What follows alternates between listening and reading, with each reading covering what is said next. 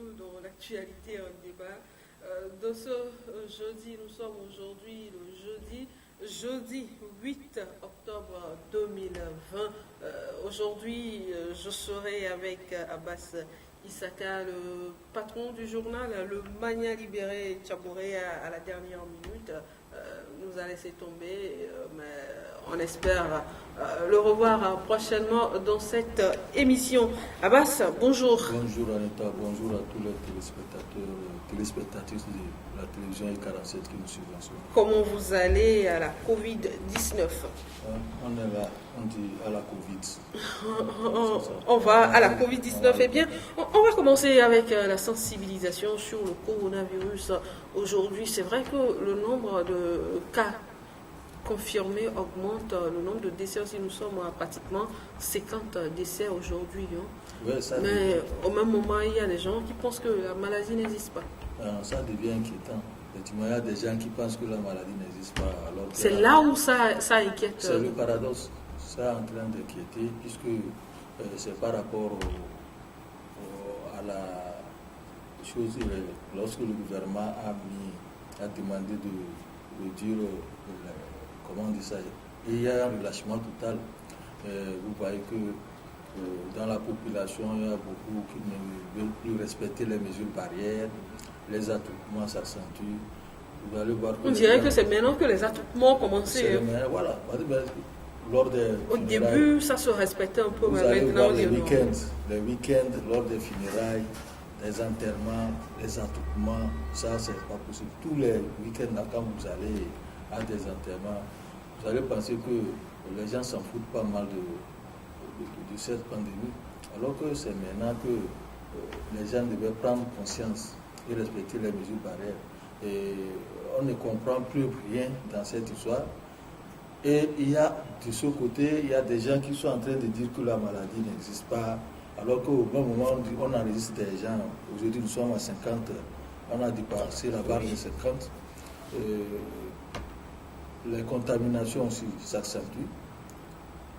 Et maintenant, on va même à l'ouverture des établissements scolaires, à la rentrée scolaire, on ne sait pas les mesures qui seront prises.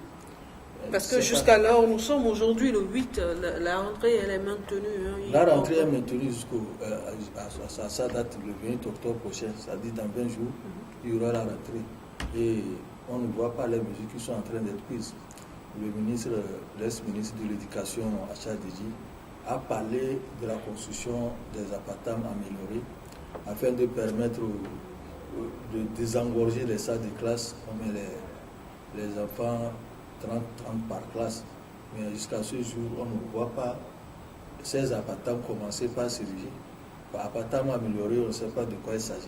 Est-ce qu'il y aura assez de place dans les établissements? Vous allez un peu dans les établissements publics, vous voyez, les gens sont jusqu'à 100 par classe. Ils sont jusqu'à 100 par classe. Maintenant, une classe, il faut diviser une classe par 3. Par 3. Ça veut dire 30-30. Donc, il faudrait construire 2 appartements pour une classe. Et quand on compte le nombre de classes du CP1 jusqu'au CM2, ou de la 6e jusqu'en 3e, c'est là-bas que les gens sont pléthoriques dans les classes. Donc il faut voir, il y a même des classes où on a dit A, B, C, tout ça là. Tu parles aussi de l'espace. Est-ce qu'il faut gagner de l'espace dans les établissements là pour avoir à construire ces appartements? Donc nous on attend de voir comment ça va se passer. Dans tous les cas, il y a les syndicats des enseignants qui disent qu'il faut qu'on les associe dans la discussion avant l'ouverture des écoles. Sinon... normalement, ils devaient être associés. Non, ils disent qu'ils n'ont pas été... Oui, c'est eux qui sont sur le terrain. Ils disent qu'ils n'ont pas été associés. Et qu'ils insistent, ils appellent, ils interpellent les autorités à les associer dans la préparation de cette rentrée qui s'annonce. Puisque rien n'est encore fait. À leur niveau, comment ils vont faire, puisqu'on a dit qu'ils doivent faire les cours de lundi jusqu'à samedi. Mercredi après-midi, ils vont aller au cours. Ce qui veut dire que quand on prend ces décisions, il faut associer ceux-là qui sont sur le terrain en train de faire les choses. Donc, je ne sais pas, ils disent que les discussions vont commencer avec les autorités afin de voir comment les choses vont se passer. On attend de voir. Salut, Tensi. Eh bien, Abbas, nous restons avec vous pour parler du civisme. Les feux tricolores, éléments indispensables de la circulation. C'est votre coin civisme de cette semaine. Oui, nous l'avons fait parce que jusqu'à présent, nous constatons qu'il y a des gens qui continuent par violer les feux tricolores. Vous allez voir que lorsque le feu rouge s'allume, tout le monde est arrêté. Vous voyez des motos, conducteurs de motos qui faufilent entre vous et puis vous dépassent. La personne ne sait pas que devant peut causer un accident très grave. Attendre 1 minute ou 2 minutes ou quelques 30 secondes, c'est mieux que d'aller perdre toute ta journée ou bien toute ta vie en même temps. Et Et au même moment, mettre la vie d'autres personnes en danger. Donc, j'ai dit, si ces personnes-là connaissent la traumato, ils n'ont qu'à aller voir comment les gens sont là avec des pieds tendus en l'air. Si ces gens-là sont conscients, ils arrivent là-bas, ils ne vont plus continuer par violer le feu rouge. Parce qu'ils ne savent pas où ils vont. On dit souvent que c'est lorsqu'on est pressé. Les accidents qui se produisent souvent, c'est parce que les gens sont pressés. Mais vous êtes pressé, mais vous n'êtes pas pressé pour éviter la mort. Donc quand vous êtes pressé, c'est des accidents que vous allez causer. Donc un feu tricolore qui s'allume, c'est juste quelques secondes. À la rigueur, ça peut aller jusqu'à 60 secondes. Mais le reste des temps, vous pouvez aller. Je ne sais pas qu'est-ce qui l'empêche de... Parlons de 60 secondes. Parfois, certaines personnes attendent jusqu'à 50 et quelques et démarrent sans que le feu ne passe au vert. Voilà, c'est ça qui ils se disent que de l'autre côté, c'est au jaune et alors que l'autre aussi qui voit que c'est le jaune qui est allumé, il est en train de foncer aussi pour dépasser avant le rouge. Donc nous avons décrit ces genres de choses au niveau de notre coin éducationnel, civisme, pour dire que voilà le fonctionnement des feux et par rapport à ce feu, comment tu vas traverser. Si c'est au jaune, il faut commencer par ralentir parce que ça ne te donne pas l'autorisation de filer. Nous avons décrit l'ensemble du fonctionnement de ces feux rouges qui t'oblige à t'arrêter, le feu jaune qui t'oblige à ralentir et à s'arrêter lorsque tu es en vitesse en venant. Donc le feu vert qui te donne le passage ouvert. Mais au moment, il y a des endroits, vous avez les feux, hein, vous avez l'installation, mais ces feux ne travaillent pas. On dirait que c'est la mode aujourd'hui à Lomé, hein. Dans beaucoup de quartiers, les feux ne travaillent pas. Oui, dans plusieurs quartiers, les feux ne travaillent pas. Il y a le fait donc aujourd'hui, comme nous avons les communes, dans chaque commune. Justement, il revient à ces autorités-là de prendre soin de ces feux-là, de les réparer, ou bien il revient à l'État. Non, l'entretien maintenant revient aux communes. Parce qu'avant, lorsqu'il n'y avait pas la décentralisation, il n'y avait pas de communes et de maires et autres là, on avait les délégations spéciales. Pendant ce temps, c'est les feux rouges, les feux tricolores, c'est comme les éclairages publics. C'est la délégation spéciale qui gérait ça. Puisque entre-temps, il y avait un feu tricolore au niveau de la douane à Idogome qui était tombé en panne pendant des mois. Et je suis allé me renseigner au niveau du président de la délégation spéciale du Golfe à Bokakossi. C'est lui qui me dit qu'il lui faut 3 millions de francs CFA pour réparer les feux tricolores de Idogome. Donc c'est ça de douane seulement. De douane seulement. C'est ça qu'il est en train de chercher. Mais quelques semaines après, il a pu reparler. Donc c'est pour cela que je dis que ça relève du domaine des maires actuellement élus. Donc chacun doit prendre soin de ça. Parce que l'État ne peut pas tout faire. C'est pour cela qu'on a décentralisé et confié le pouvoir à certaines autorités élues. Alors, nous espérons que les maires de ces différentes communes dans lesquelles les feux tricolores ne marchent pas, quand vous prenez, c'est à Goué, à Goué 3 par exemple, il y a assez de feux tricolores qui ne marchent pas. Heureusement qu'il y a les forces de l'ordre qui sont là aux heures de pointe pour faciliter la circulation. C'est pour cela que moi je les félicite, parce que sous le soleil, sous la pluie, ils sont là afin d'éviter ces genres d'accidents et recule la circulation. L'incivisme de certains conducteurs, c'est ça que je condamne, parce qu'ils vont voir, on est en train de reculer la circulation, c'est eux qui font sur les policiers, les agents de force de l'ordre, qui sont en train de reculer la circulation.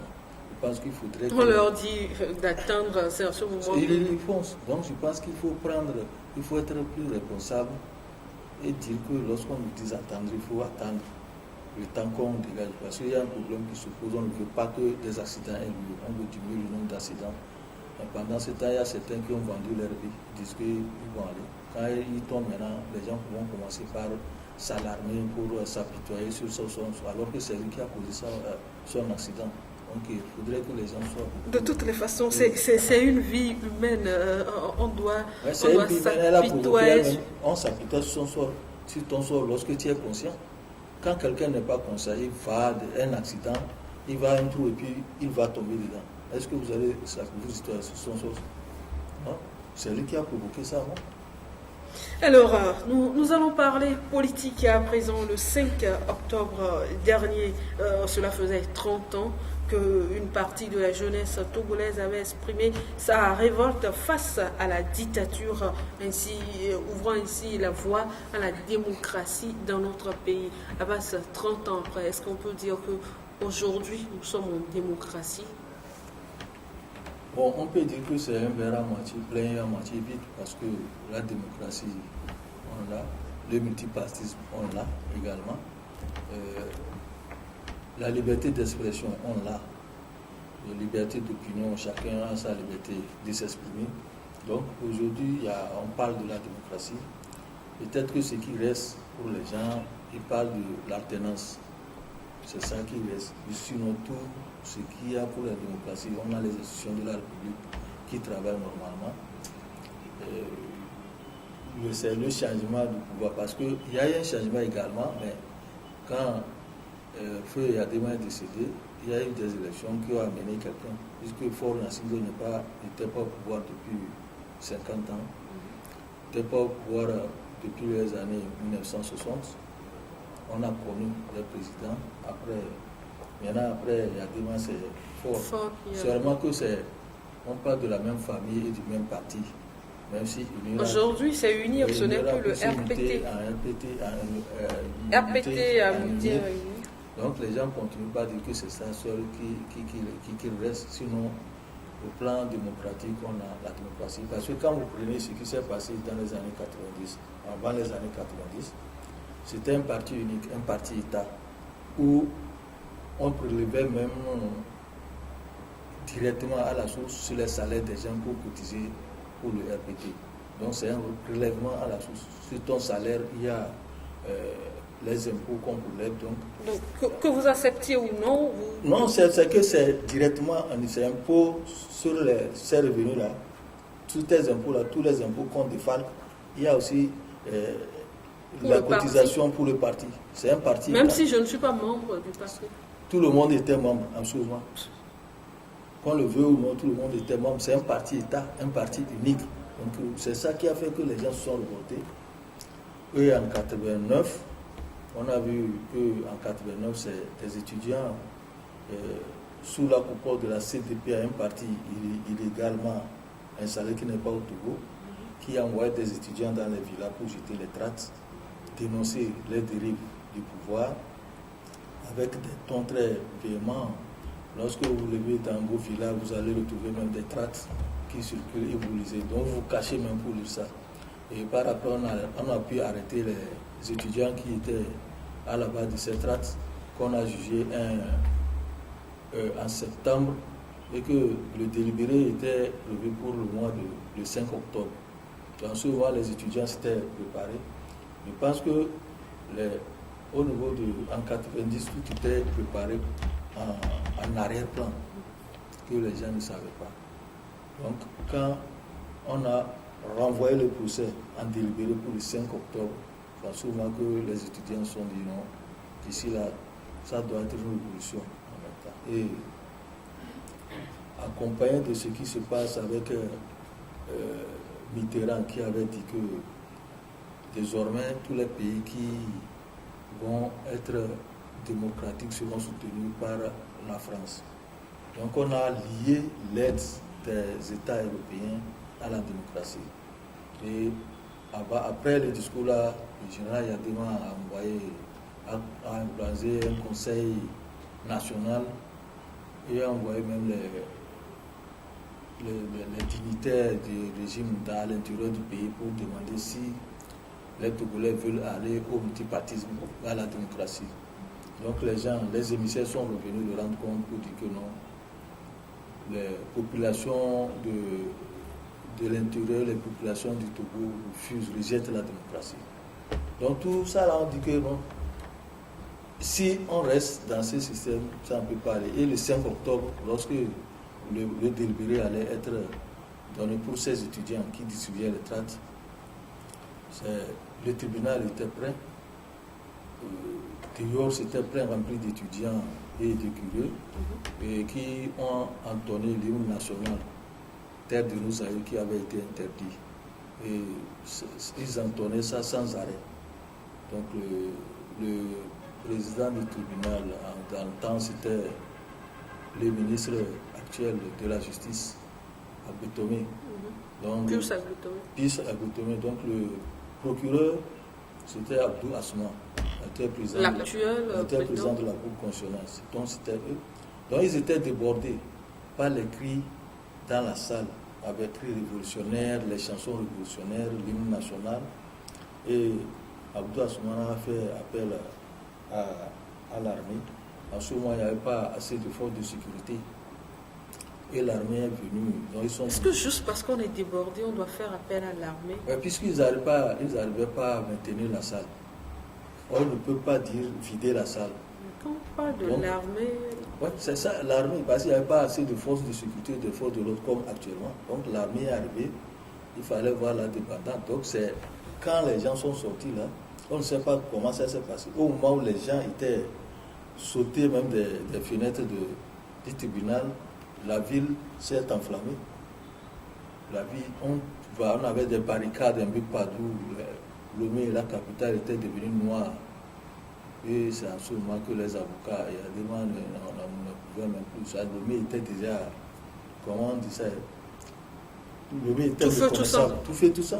Tout feu, tout flamme même. Et puis les militaires, ils tabassaient les gens. Donc il y avait un sujet. On parle d'armée. L'armée, ils n'ont pas de choses. Ils n'ont pas appris à maintenir l'ordre. C'est que c'est de défendre.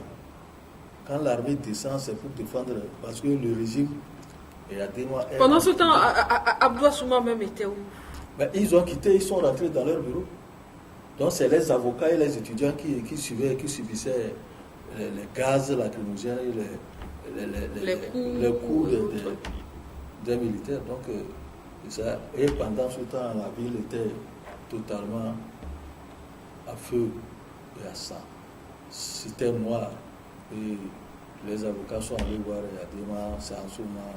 Les revendications ont commencé de plus belle avec le front des associations conduit par Maître Abouebo. Et tous les jours, c'est des manifestations pour réclamer plus de liberté. Et Yadema les a reçus, Abouebo et autres. Ils ont dit que c'est le Forum national du dialogue qu'on va faire au lieu de conférence nationale, puisque avant ça, il y avait la conférence nationale qui s'est déroulée au Bénin. Le Bénin a fini sa conférence nationale, donc on dit qu'on veut aussi faire la conférence nationale comme au Bénin. Et Adema dit, bon, je vous donne le Forum national du dialogue. Ils ont rejeté ça. Abouebo était avec les autres avocats, Maître Gali, Jovi Gali, tout ça là. Ils sont allés dire à Adema, c'est la conférence nationale. Et Adema aussi était submergé par rapport aux pressions de rue. Il a accepté de dire non qu'à aller faire la conférence nationale. Et ils sont allés, ils ont proclamé la conférence nationale souveraine, ce qui n'a pas été du goût de Adema et de l'armée. Lorsque ça a été proclamé conférence nationale souveraine, l'armée est sortie de la salle. Elle ne peut pas prendre ses responsabilités-là. Donc ce qui veut dire, c'est à partir de là que tout a échoué pour la suite des événements. Et finalement, lorsque la conférence nationale a terminé, on a voté des lois là-bas pour permettre aux multipartistes de s'installer. C'est en ce moment que les partis politiques ont repris la lutte. Ils ont été créés avec le nouveau statut des partis politiques qui a été voté. Et ils ont repris la lutte avec les manifestations. Finalement, ça a été déployé jusqu'à ce jour. Jusqu'à ce jour, c'est ce qui vous a amené à titrer. Après 30 ans de lutte, le constat est amer. L'opposition réduite à sa simple expression. Vous-même, vous le constatez, vous voyez, depuis quelque temps, est-ce qu'on sent encore l'opposition?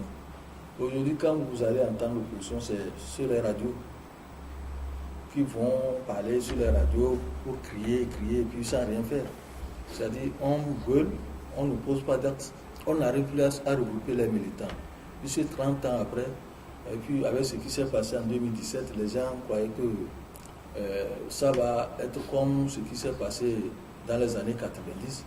Or, quand tu prends ce qui s'est passé en 2017 avec le parti, c'est un parti politique qui gérait, et finalement, ce sont les partis politiques qui sont venus s'associer pour mener cette lutte en 2017. Or, en 90, ce n'est pas le cas. 90, c'est des populations, des étudiants qui voulaient plus de liberté. C'est pour cela que 90 a réussi. Et pour 2017, ça n'a pas réussi, c'est parce que c'est les partis politiques là qui sont devant. Et finalement, les populations pour lesquelles ces partis-là luttent sont déçus. Ils ne veulent plus entendre parler de partis de mobilisation, quoi que ce soit. Donc, lorsque vous les voyez, s'ils demandent à des gens de se mobiliser, personne ne sort. Donc finalement, les partis politiques n'ont plus de poids devant aux yeux des populations. Ça fait que quand ils veulent se faire entendre, c'est à travers les radios privées où ils vont peut-être se défouler pour insulter le régime ou s'attaquer au régime. Mais il n'y a plus d'actes. Des élections sont passées, des gens ont promis des victoires à la population, mais finalement rien. C'est le régime là. Unir qui continue pas à diriger le pays. Bon. Finalement, ils sont où? La classe politique de l'opposition est où?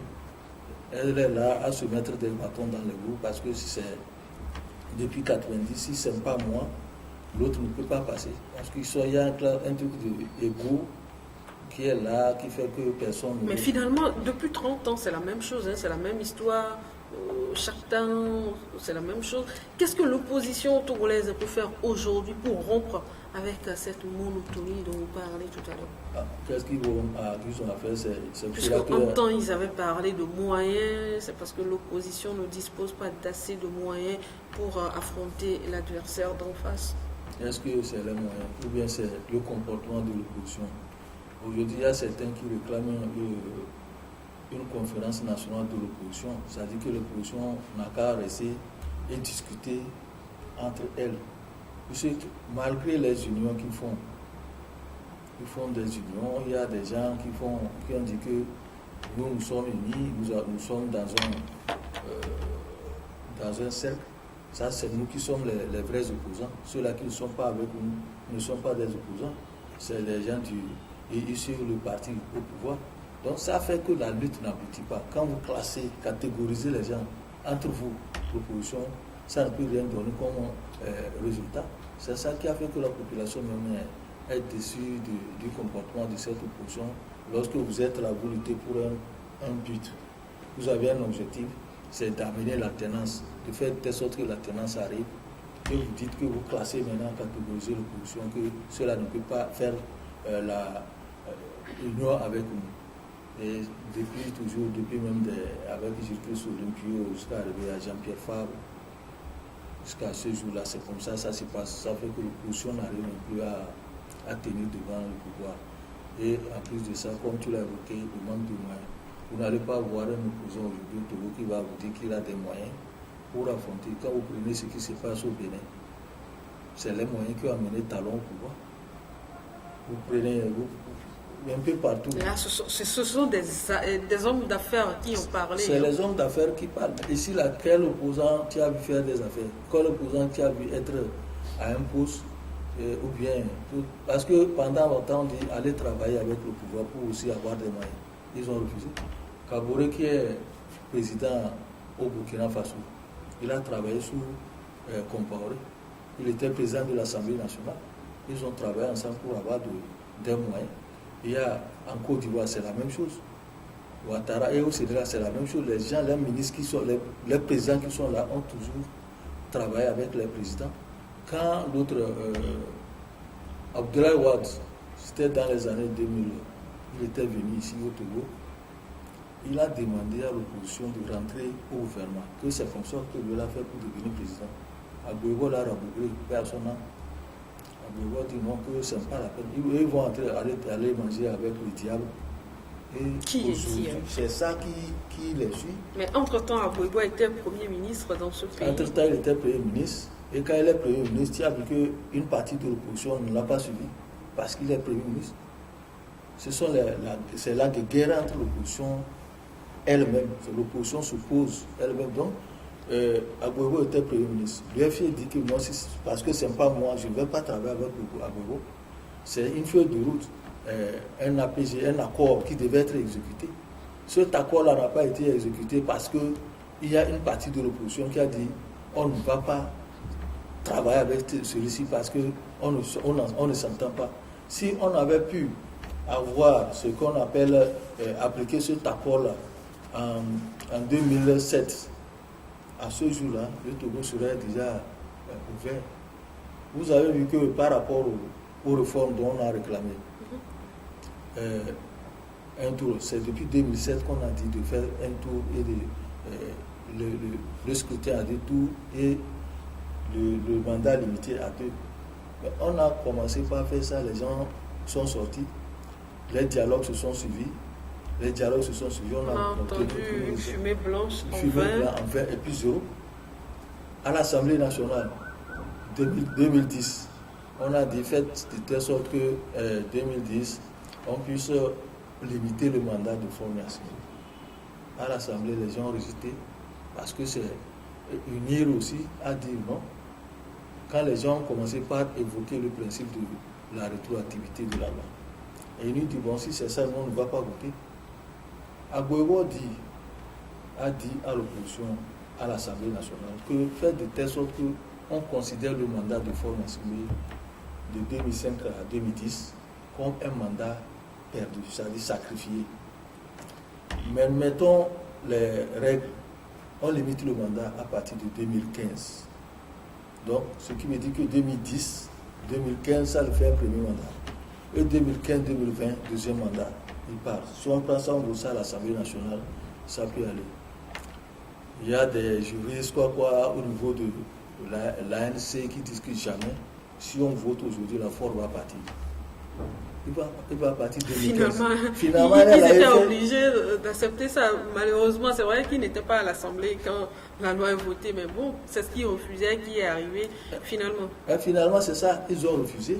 Alors que s'ils avaient accepté ça en 2010, on considère 2010-2015 comme le premier mandat. 2015-2020, c'est fini, Ford ne va plus se présenter.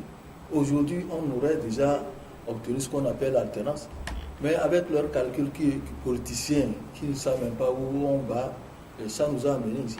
Et aujourd'hui, toute l'opposition se cherche. Les gens se cherchent. Voilà, quelque chose qui a paru bizarre à beaucoup de personnes, c'est la sortie du jeune activiste Félix Ativi, celui-là qui par le passé sortait pour insulter le chef de l'État, insulter le gouvernement et autres là. Il a fait une sortie mardi dernier. Dans cette sortie, il appelle les responsables de l'opposition à prendre conscience.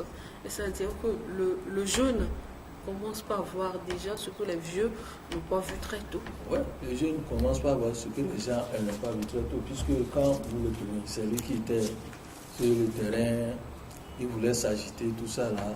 Donc, il a compris que les leaders de l'opposition ne sont pas responsables envers eux-mêmes. Et puis il a cité des noms. Hein? Oui, il a cité des noms, c'est-à-dire qu'ils ne sont pas responsables.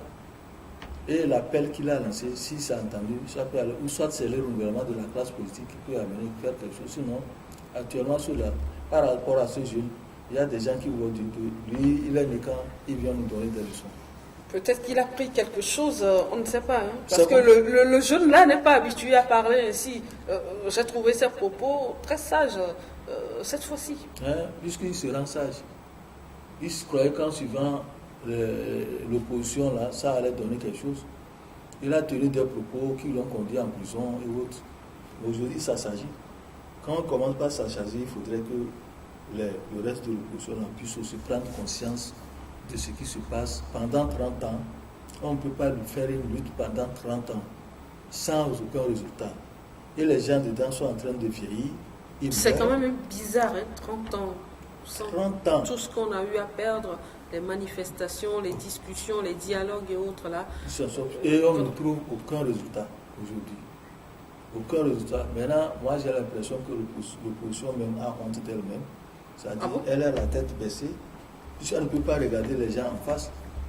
Faire 30 ans de lutte sans résultat, sans ce que vous appelez alternance, et à tout moment vous dites que le pouvoir est cinquantenaire, le pouvoir a quoi, il n'a qu'à partir. Il va partir comment? Les gens ne s'organisent pas. Entre eux, ils ne s'entendent pas. C'est des querelles intestines entre eux. Ils se jettent des pots de bananes. C'est ça qui a fait personne n'a soutenu aussi Agbero. Agbero, il est sorti du pouvoir. Si c'est quelqu'un qui était sur lui responsable, on allait le soutenir. Comme ça s'est passé au Burkina Faso avec Kaboré. Il est Premier ministre. Il a été président de l'Assemblée nationale. Il a contribué à beaucoup de choses. Il a été tout dans ce pays, sauf président. Et c'est ça qu'il cherchait. Et lui aussi, ses propos ont fait que personne ne voulait le suivre. Lorsque lui et Monseigneur Podio s'attaquent encore aux autres de l'opposition, en les traitant de gita, tout ça là, personne ne peut le suivre. Les gens ont aussi dit que c'est vous, Agbero Kojo, qui avez tué les gens pendant ces luttes en 1993. C'est eux. Agbero Kojo, ils étaient là, ils étaient président de l'Assemblée nationale. C'est eux qui ont tué les gens en 1993. Et aujourd'hui, Agbero ne peut pas venir donner des leçons aux gens en les insultant que de venir le suivre. Les autres disent qu'on va te suivre comment? Toi-même, tu n'es pas saint, tu n'es pas clair. Et tu viens dire on va venir te suivre. Parce que les gens l'ont étudié, ils le connaissent. Agbero, en fait, quand vous le prenez, c'est un dictateur fin. Sous Yadema, c'est un dictateur fin. Quelqu'un qui a dit je vais t'enfermer, il va enfermer son premier ministre. D'antan, c'était Kofigou. Il a dit, en tant que ministre de l'Intérieur de la transition, il a dit qu'il va enfermer Kofigou. Il a le soutien de qui? Parce qu'il a le soutien du général Yadema. Et il se comportait comme un hautain, il faisait tout ce qui lui passait par la tête. Aujourd'hui, si les gens disent qu'ils ne vont pas le soutenir parce qu'il va faire pire que ce que le régime. Il est même le pur produit du régime Yadema. C'est Yadema qui l'a fabriqué. C'est Yadema qui l'a nourri au blé. Et RPT. Et il est devenu comment ce qu'il est. C'est eux, ils étaient Stoff en France, c'était lui les responsables qui soutenaient le régime Yadema. Agbero ne peut pas dire aujourd'hui que les gens vont venir le soutenir. C'est ça, ils ont dit. Toi, tu étais là et tu viens prendre notre place dans l'opposition. Déjà, même pendant la conférence nationale, quand après la conférence on a créé les partis, il y a des gens qui revenaient de l'Europe. Les gens disent que nous sommes sur le terrain en train de lutter. Ce n'est pas vous qui venez, vous allez venir dans le froid et venir prendre notre place ici. Nous allons lutter et vous allez venir prendre la place. Et tout ça, ces problèmes-là, ont fait qu'aujourd'hui, la classe politique de l'opposition est dans des problèmes. On risque d'aller jusqu'à 50 ans, 30 ans sans avoir l'alternance. Si l'opposition continue par mener les mêmes actions selon ce que vous êtes en train de dire. Il faudrait que l'opposition, comme le jeune Satidi l'a dit, que les gens prennent conscience. Qu'ils prennent conscience. Ils prennent conscience de ce qui s'est passé. Pourquoi depuis 30 ans là, on n'arrive pas à obtenir ce qu'on veut? La démocratie, là on dit que la démocratie, il y a toutes les institutions qui travaillent bien. Ce qui leur manque, c'est l'alternance à la tête du pays. Et cette alternance-là, comment ça va se passer? Ils ont fait tout. Maintenant, devant, en face du pouvoir, c'est du maïs, comme on le dit en Côte d'Ivoire. Il n'y a aucun opposant qui soit là actuellement pour faire des activités, mener des activités. On ne peut pas s'attendre à quelque chose, à quelqu'un qui est dans la brousse, dans les champs de maïs, qui vient dire que les gens n'ont qu'à sortir pour défendre sa victoire. Abbas, nous allons parler du gouvernement actuel. La dernière fois, on parlait de la nomination de Madame Victoire Toméga-Dogbé, qui, après quelques jours, a formé son gouvernement. Et le vendredi dernier, le gouvernement a présenté ses plans d'action à l'Assemblée nationale. Ce plan d'action est axé autour de 3 points. Nous avons d'abord le renforcement et l'inclusion de l'harmonie sociale, la création d'emplois et la modernisation du Togo. Ouais, 3 axes. Les 3 axes là, je pense qu'il ne faut pas que ça soit seulement de beaux discours qu'on nous prononce, parce qu'on est habitué à ce genre de discours. Il faut aller aux actes. Il faut aller aux actes. Si on veut faire quelque chose, qu'on le fasse, qu'on ne s'en tienne pas au discours. Parce que nous sommes déjà habitués à ce genre de discours. Quand vous prenez ce discours-programme, il n'est pas différent de celui que le Premier ministre Klassou avait présenté en 2015, puisque c'est le programme du chef de l'État, le programme de campagne du chef de l'État qu'il faut mettre à l'exécution. Elle aussi qui a été nommée, c'est dans la même lignée. C'est la continuité. C'est la continuité. Elle a dit ça, c'est la continuité. Elle va poursuivre ce que... Puisque, en principe, selon ce qu'elle a cité, c'est le PND. Elle a tiré ça du PND, Programme national du développement, qui est beaucoup cher au président de la République. Donc, si on exécute ce qu'elle a dit, si on met au point tout ce qu'elle a dit, et qu'on ne s'arrête pas au discours, je pense que au moins les Togolais vont sortir de cette souffrance. Mais si on s'arrête au discours seulement parce qu'on veut faire plaisir à quelqu'un, je pense que ça n'aboutira à rien. Donc il faudrait qu'elle s'engage effectivement. Et si les ministres aussi qui sont là, ils ne restent pas les bras croisés, parce qu'on n'a pas... La dernière fois, elle a appelé ses collègues ministres à beaucoup travailler pour la réussite de ce programme, pour que les conditions de vie des Togolais s'améliorent. Effectivement. Elle est une dame de terrain. On la connaît, elle est une dame de terrain. Mais si elle ou veut mettre au travail les ministres, il faudrait qu'eux aussi, ils aient la volonté. On les responsabilise, comme elle a dit. C'est pour ça que j'ai mis quelque part que le chèque ne sera plus excusable. Elle-même a dit que le chèque aussi ne sera pas excusable pour ce gouvernement. Donc on doit mettre tout en œuvre pour que ce gouvernement puisse bien travailler, laisser les coups de franche aux gens d'aller travailler. Parce que moi je me rappelle de ce qui s'est passé avec Humbo. Lorsqu'il a été nommé Premier ministre, il est arrivé et dit qu'il va donner 6 mois aux Togolais pour les sortir de leur misère. Si on tient les mêmes discours et on n'a pas les coups de France pour travailler, je pense qu'on ne peut pas aboutir à quelque chose. Donc aujourd'hui, avec son discours programme qu'elle a présenté, j'espère que tout ce qu'elle a mis comme plan d'action va être exécuté et qu'on pourra toujours faire des progrès. Mais que les ministres aussi puissent aller travailler sur le terrain et qu'on mette aussi les moyens. Est-ce que nos ministres sont habitués à aller travailler sur le terrain? Elle, on la connaît, c'est quelqu'un de terrain, mais est-ce que les autres seront aussi dynamiques qu'elle sur le terrain pour que ces 3 axes-là puissent être accomplis? Ouais, ces 3 axes, elle a même beaucoup mis l'accent sur l'agriculture. Puisque, en fait, c'est l'agriculture qui est le grand pilier de l'économie togolaise, mais qui est beaucoup négligé.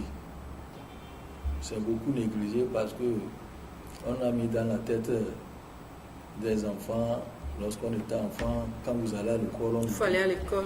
Il faut aller à l'école. Si tu vas à l'école, tu ne seras pas pauvre. Oui, il faut aller à l'école. Mais si tu vas à l'école, si tu sais que tu ne peux pas continuer, ou bien tu es paresseux, ou bien tu as de nouvelles notes, tu vas aller au champ. Donc c'est le champ t'attend.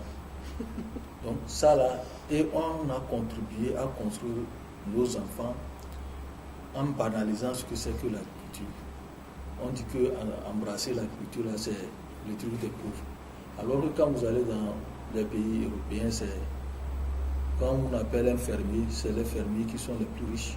Bon, même ici, quand vous rencontrez un agriculteur, vous allez sur un agriculteur, Ce n'est pas n'importe qui. Ce n'est pas n'importe qui, mais ici les gens banalisent ça. Donc il faudrait qu'on enlève ça de la tête.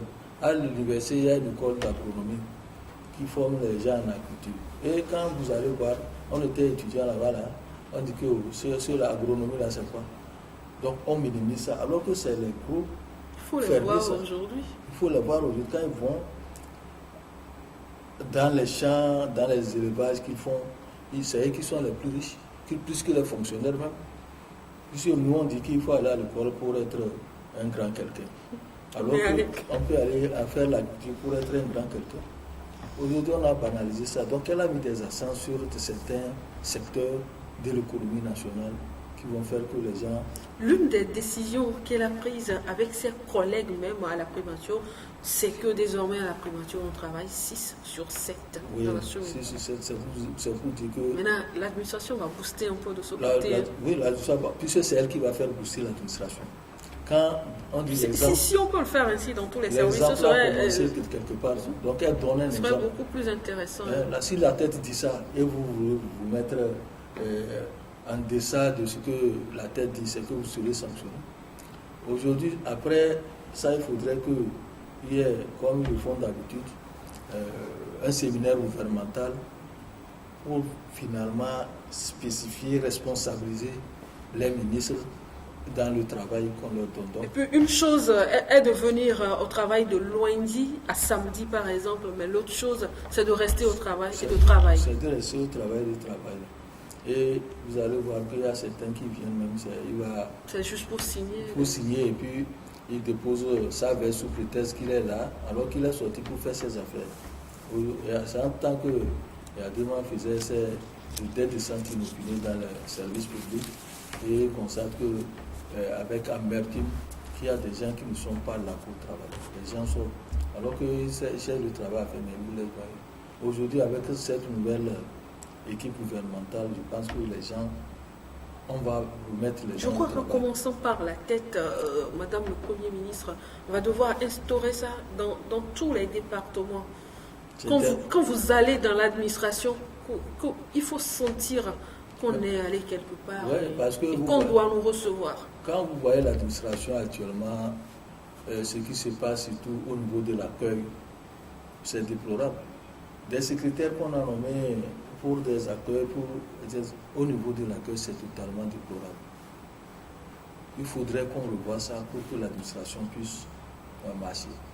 Vous allez voir que aujourd'hui, avec les systèmes WhatsApp et les téléphones qui sont là, vous êtes venu à un Vous pouvez faire 5 minutes. Hein? Plus de 5 minutes, même, elle ne vous regarde même pas. Après, toi, va vous chercher qui, allez vous asseoir là-bas. Tout ça là, avec de l'irrespect, il faudrait qu'on revoie ça dans l'administration publique. C'est pour ça que je parle tout à l'heure de la formation, un séminaire gouvernemental pour dire ce qui ne va pas dans les ministères et relever la tête de l'eau. Parce que c'est trop la lenteur administrative, le fonctionnement de l'administration, ce n'est pas normal. On relève ça, c'est ça qui nous retarde aujourd'hui ici. Alors Abbas, nous allons terminer avec votre titre sur la décentralisation. 936 millions de francs CFA de recettes fiscales versées par l'OTR à la commune Golfe 4. Le maire Jean-Pierre Fabre s'explique. Ouais. C'est par rapport c'est qu'il y a une polémique. Au bilan dressé. Pas au bilan passé. Il y a une polémique qui était née par rapport à ces millions-là, près d'1 milliard qu'on a versé à la commune Golfe 4. En fait, les gens n'ont pas compris. Selon les explications de Jean-Pierre Fabre, ils ont fait une conférence de presse. Les gens n'ont pas compris pourquoi on verse ça à Jean-Pierre Fabre. Et la polémique était née pour dire que c'est parce que par rapport à son comportement au sein de l'opposition que le pouvoir veut le gratifier et tout ça. Or, il s'agit des recettes fiscales de sa commune perçues par l'OTR. Donc, chaque commune a droit à ça. Ce qu'on perçoit chez vous là, l'OTR vous reverse ça. Donc, c'est ce que l'OTR a reversé à la commune de Golfe 4. Ce n'est pas elle seule. Donc c'est parce que ceci là c'est devenu trop chose qu'ils disent que pourquoi c'est à Jean-Pierre Fabre. Jean-Pierre Fabre dit que ça fait 1 an qu'ils ont été élus. Ils n'ont aucun moyen pour travailler. Il n'y avait même pas d'argent pour s'acheter même le matériel de bureau et autres là. Et c'est finalement la dernière fois que l'auteur leur a reversé les recettes qui est du ressort de leur commune. C'est ça qui est 936 millions. Et les gens ont commencé par les insulter qu'ils sont du pouvoir. Et c'est pour ça, après tout, Jean-Pierre Fabre a dit non, il faudrait que les gens commencent par changer. Il faut changer les deux mentalités. On n'a qu'à grandir au moins. En grandissant, ça dit il faut changer de mentalité. Peut-être c'est parce qu'on ne maîtrise pas les notions de décentralisation, on ne sait pas comment ça Les fonctionne. gens ne maîtrisent pas les notions de décentralisation. Ça fait qu'aujourd'hui, vous voyez que Jean-Pierre Fabre s'est mis au travail. Il n'écoute plus les gens parce qu'il a envie de faire développer sa commune pour que demain, si ceci, on va lui dire que non, lui connaît aussi la gestion de l'administration. Vous allez voir que tous les maires qui sont de l'opposition, les gens ne s'agitent plus parce qu'ils sont élus maires dans des communes où ils veulent faire de telle sorte que leur commune se développe. C'est pas pour eux. Si c'est qu'on avait fait cette décentralisation depuis là, on n'en serait pas là aujourd'hui. Si la décentralisation était faite depuis les années 2000, on allait aux élections locales et on ne prenait pas ces histoires de président de délégation spéciale. Aujourd'hui, là, même l'alternance dont on parle, on l'aurait déjà eu, puisque cela, par exemple, si Jean-Pierre Fabre était maire d'une commune ou de la commune de Lomé, vous allez voir les recettes qu'il a. Il va gérer et demain, il va savoir que si je viens à la présidente ou à la présidente de la République, je vais savoir gérer. Parce qu'on ne peut pas quitter comme ça pour aller être président. Quand vous prenez les États-Unis, avant d'être président, il faut passer par des processus. Il faut être gouverneur on va te lire quelque part, devenir gouverneur et tu évolues comme ça. Et quand tu prends des gens dans des pays, c'est que vous commencez. En principe, la démocratie, ça commence par la base. On apprend à gérer sa commune. Et on monte, on gravit les échelons jusqu'à arriver à la présidence. Là, vous avez les notions de la gestion du pouvoir. Au moins, vous avez une parcelle du pouvoir que vous avez géré. Gérer une commune, c'est tout comme gérer un pays en miniature. Et là, si vous avez ces expériences, vous allez monter facilement. Et il a dit que lui va quitter de la mairie pour aller à la présidence. C'est ce qu'il a dit la dernière fois. Donc, tout ça là, il a compris que... à la présidence. Tous ont compris que gérer quelque chose comme maire et autres là, c'est que vous êtes en train d'acquérir une expérience. Ils n'ont qu'un an actuellement. Ils ont maintenant à faire 6 ans. Donc vous allez voir qu'au bout de ces 6 ans, la décentralisation va beaucoup s'installer. C'est pour ça qu'il a dénoncé. Et leur manière de raisonner va être différente. Va être différente. C'est pour ça que même Pablo, sa manière de raisonner maintenant, il ne voit plus le pouvoir comme quelque chose mais il voit de telle sorte que c'est quelque chose qu'il faut gérer avec parcimonie et autres, avec tact et intelligence. Le radicalisme, ça ne mène plus à rien. C'est pour ça qu'il a dit que les gens n'ont qu'à grandir au moins en changeant de mentalité. Donc, ces genres de choses-là, il faudrait que les gens comprennent que l'argent qu'on a donné à quelqu'un, ce n'est pas son argent, ce n'est pas pour sa poche, c'est la régie financière qui a pris ça comme recette de la commune, qui est reversée pour le développement de la commune. Donc c'est ça, il a dénoncé le fait que, en principe, le ministère à la base n'avait plus sa raison d'être parce qu'il y a les communes qui sont installées. Et c'est les communes, le travail des communes que le ministère du développement à la base faisait en allant pour donner vers la population de base. Vers la population de base. Donc on devait s'en passer de ça. C'est ça qu'il a relevé. Merci à vous, Abbas. Votre mot de fin rapidement. Non, seulement moi je vais revenir au Covid-19 là. Il ne faudrait pas que les gens croient que ça n'existe pas. Ça ne continue pas à tuer les gens. Ça continue pas à contaminer. Si de 1 décès, nous sommes aujourd'hui à 50, c'est que c'est grave. Donc, quand ceux qui crient qu'il n'y a pas Covid-19 au Togo, la Covid-19 n'est pas une invention togolaise. C'est le monde entier. Aujourd'hui, en France, on court vers encore des confinements de certaines villes. Ce qui veut dire que la situation est grave. Trump, qui était là, qui disait qu'il n'y avait pas de Covid-19, lui aussi, il a attrapé ça. Et il est revenu, il dit que aujourd'hui, c'est une chance pour lui d'attraper le virus Covid-19 et ça l'a regardé.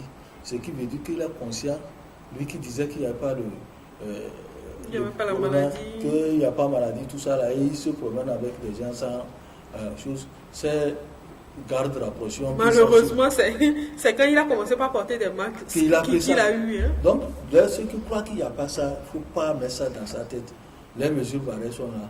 Le coronavirus n'est pas une invention togolaise. C'est le monde entier qui est frappé. Sinon, on n'oblige personne à porter le masque. Merci à vous, Abbas, chers téléspectateurs. Merci à vous de nous avoir suivis. Nous espérons revoir Tchabouré Bouraïma jeudi prochain dans cette émission. Nous vous donnons donc rendez-vous mardi à partir de 10h pour un nouveau numéro de votre émission d'information. L'actualité en débat. Au revoir.